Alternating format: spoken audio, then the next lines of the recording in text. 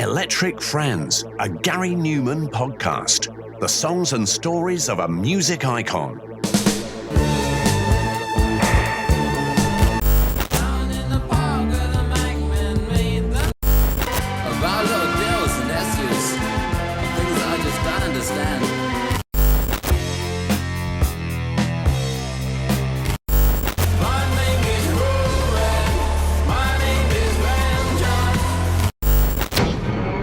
Hello and welcome to the latest minisode of sorts. It's Numan News for February 2026 on Electric Friends, a Gary Numan podcast with me, Tom.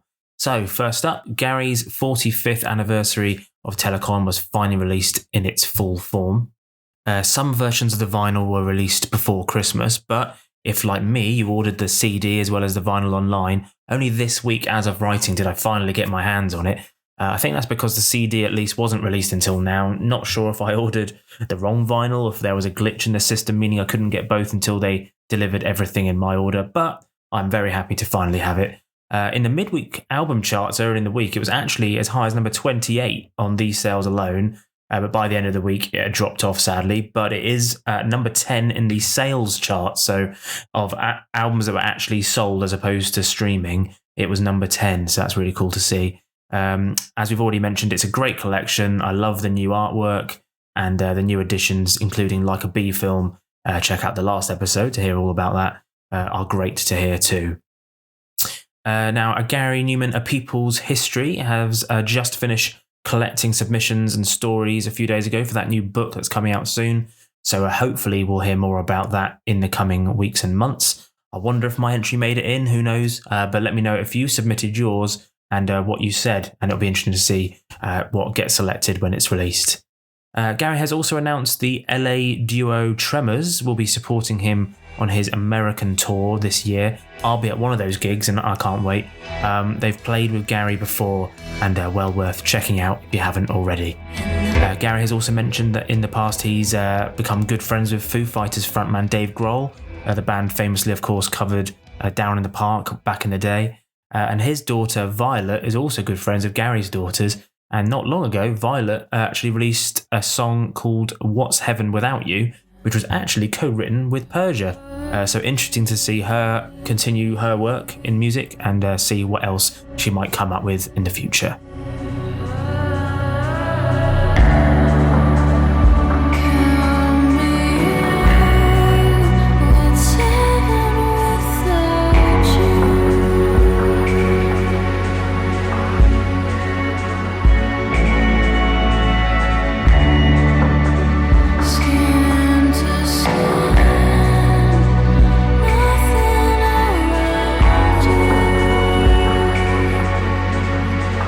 Gary has also revealed that in prep for his Live at the Peace Hall show in July, he'll be playing some warm-up shows at the Tivoli in Buckley.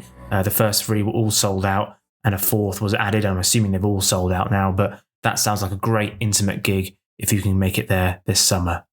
And if you follow Gary on Patreon, you will have seen his latest Q&A update, and within it, as a really interesting segment about Like a Bee film, which I kind of wish I had seen before I did my last episode, because I hadn't realised until now, I'm not sure if you had, that the song wasn't actually a full song that was rediscovered from that era, but rather a rough demo that was remixed and polished in the Telekon era style by Ade Fenton, which just shows just how impressive Ade's producer skills are, as I definitely thought it was 100% from that time period.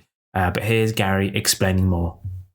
First of all, I'd forgotten all about it. When Beggars Banquet were going to redo the record, I might have mentioned, no I haven't. Anyway, when Beggars Banquet were going to redo Telekon for 2025, they went to the tape store that I have where all my old 2-inch tapes are kept and quarter-inch tapes are kept, and they went through everything to do with Telekon, and he found a few things. One of them that was Like a Bee film, and so they sent it to me, and I had no memory of it whatsoever. I still don't remember writing it. I don't remember recording it. I have no memory of that song at all prior to them sending it to me and saying, what about this? But it obviously is me. here it's me, and it's in amongst all the other songs that were on Telekon. So it's clearly something that I did back then. I might have just done it one morning. That the original recording of it was just a piano and a drum machine, I think, and me singing. It might have just been a piano, I can't remember. And then when Beggar sent it to me, Aid then got hold of it and turned it into the thing that we were playing live. So I added keyboard sounds to the piano parts that I'd written that sounded like Telekon keyboard parts. So it was brilliant. It sounded just like it was from Telekon. The actual original demo a little bit less so, because it really was just a piano and me singing. So with that in mind, it sounds like something I might have just recorded or come up with on the spur of the moment. Maybe sitting in the studio and plonking around and that little tune came out.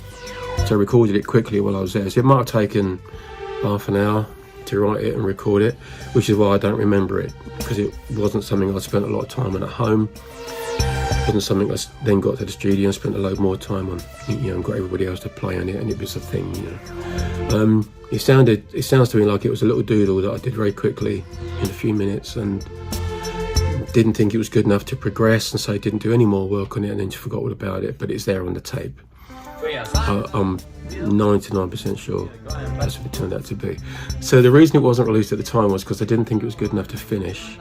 So it was never finished. It always stayed as the most basic of demos. Never made it onto the album or a B-side. Vanished from my memory, clearly. So that's why it's never released. And then come up to now, more recent times, and they find it, and I thought, well, that's quite a cute little jam. But it's happy, I probably wouldn't have wanted to have put a happy song on Telekon anyway. It didn't fit the vibe or the mood I was in really at the time. So that could have been a part of it. Anyway, so Aid gets it, Aid adds his things to it, and I say it's okay for Beggar's Banquet to put it on the album. I'm happy with it, and so it gets released now. That's it, really. So looking back at big Numan moments over the years, in this particular month as I release this, I've gone for the moment in February 16th, 1980, when Gary had one of his biggest TV moments. He performed on Saturday Night Live in the States. He and the band performed 2 songs, Cars and, interestingly, Praying to the Aliens. He was introduced by host Elliot Gould, and it was the first time a lot of Americans would have probably seen him propelling Cars into the top 10 in the Billboard charts. Ladies and gentlemen, all the way from England, Gary Numan.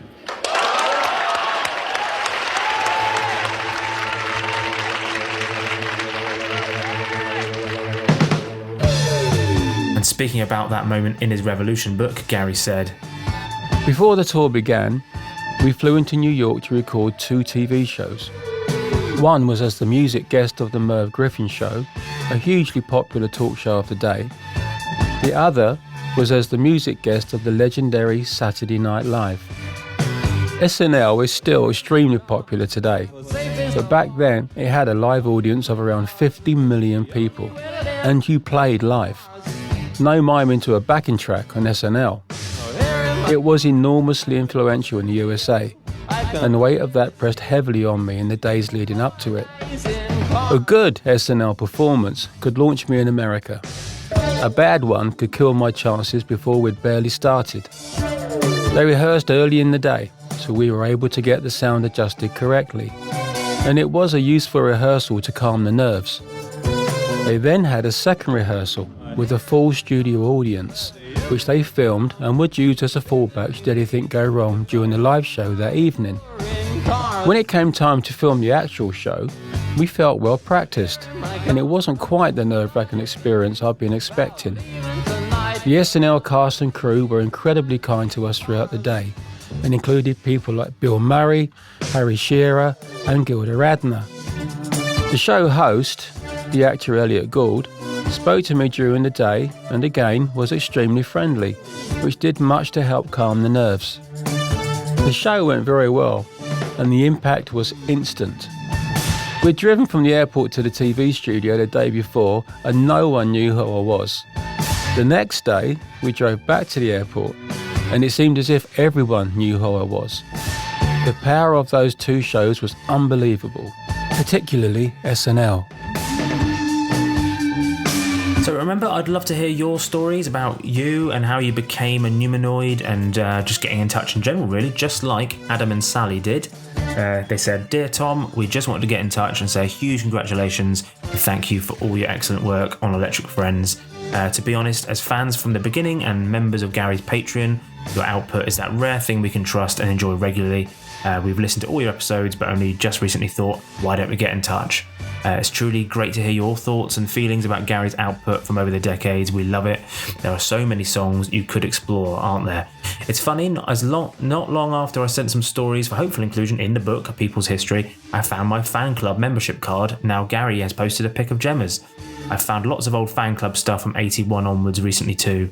It's quite incredible how strongly he has been woven through the fabric of our lives. We're not quite sure what Gary would make of Like a Bee film now, but your comments about the 12-year-old you being very excited to hear a track from that time just hit the nail on the head perfectly for us. It was like stepping back in time, which I know Gary's not fond of doing, but hey, it's probably the most incredible part of his career in many respects from 79 to 81, and just like the track I Suppose, they just have that feel about them and take you right back. Thanks again, Tom, for all you're doing. Keep up the great work. Best wishes, Adam and Sally." So thanks for that, Adam and Sally. That was great to hear from you, and I'm very jealous of all that old fan club stuff from back in the day. I'd love to have a look at those and see all the wealth of stuff that you guys must have been able to have collected from back then. Well, thanks for listening to this short episode. I'll be back soon with a new track delving. Let me know if you'd like to hear a particular song or moment or idea that you'd love me to tackle from Gary's career. If you'd like to get in touch, email me newmanpodcast@gmail.com. Find me at Numan Podcast on socials to keep up to date there. I sometimes ask for comments of future episodes for future songs I'll be covering, so make sure you do that. Or head to newmanpodcast.com for more. And remember, if you'd like to support me and the show and get your hands on some Electric Friends merch, t-shirts, hoodies, mugs, stickers, all that kind of stuff, then head to the show notes for this episode for where to get them, or you head to electric-friends.printify.me. Not the best website URL of all time, I know, but there you go. So for now, have a good one and speak soon.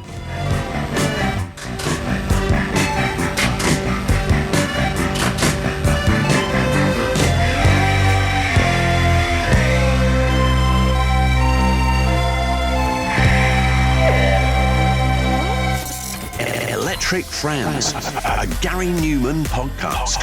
The songs and stories of a music icon.